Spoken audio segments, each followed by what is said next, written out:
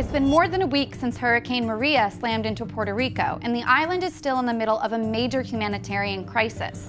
According to the Washington Post, over 3 million people are without power, nearly 1.5 million don't have clean water, and it could remain that way for months.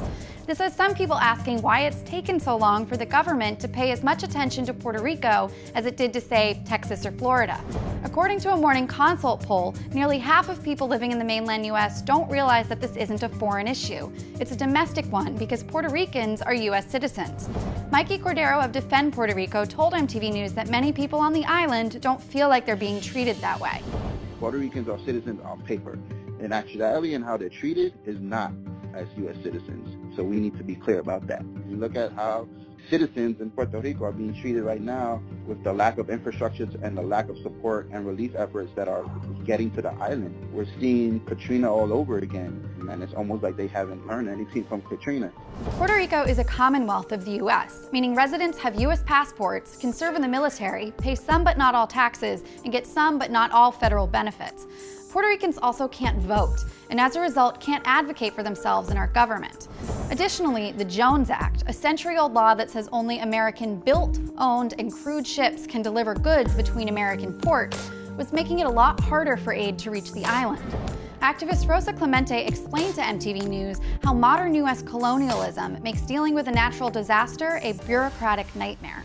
The relationship of Puerto Rico to the United States is that the United States still has us as a colony. So we're not an independent nation, therefore we cannot receive aid from any other country that wants to help us, including an island like Jamaica that wants to send aid. However, following public pressure, on Thursday morning, President Trump finally waived the Jones Act. But as millions of people still wait for supplies, fears about public safety are growing. MTV News spoke with Isabel Ruyan of Comprometidos about daily life on the island right now. People don't feel safe going out on the streets. People are nervous of even putting gas in their tanks because, first of all, the lines are 6-hour-long lines, and there's been so much looting that people are very aware of, locking the doors, not being alone, etc. Most of the west part of the island doesn't have any connectivity. I still have friends that haven't talked to their family members. It's been a week already.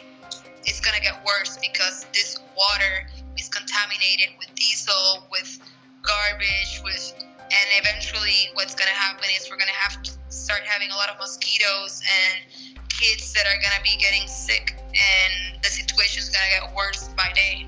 Activists say the best way to help Puerto Rico now and in the future is to donate money to groups on the ground and lobby Congress to give the island a voice, something the millions of Puerto Ricans on the mainland are doing already. Thank God we have the Puerto Rican diaspora, 5.3 million strong, that are right now raising the voice for us and are pushing in Congress so that we're treated equally, and that's, I think, our biggest tool.